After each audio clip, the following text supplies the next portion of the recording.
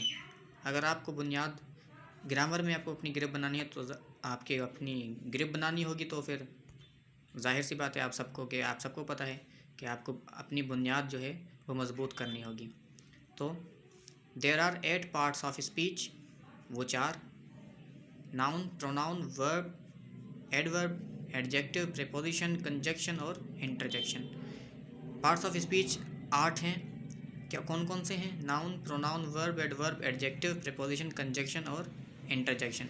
ये 8 जो हैं वो स्पीच, पार्ट्स ऑफ स्पीच हैं, यानी बोलने के, तकरीर करने के हिस्से।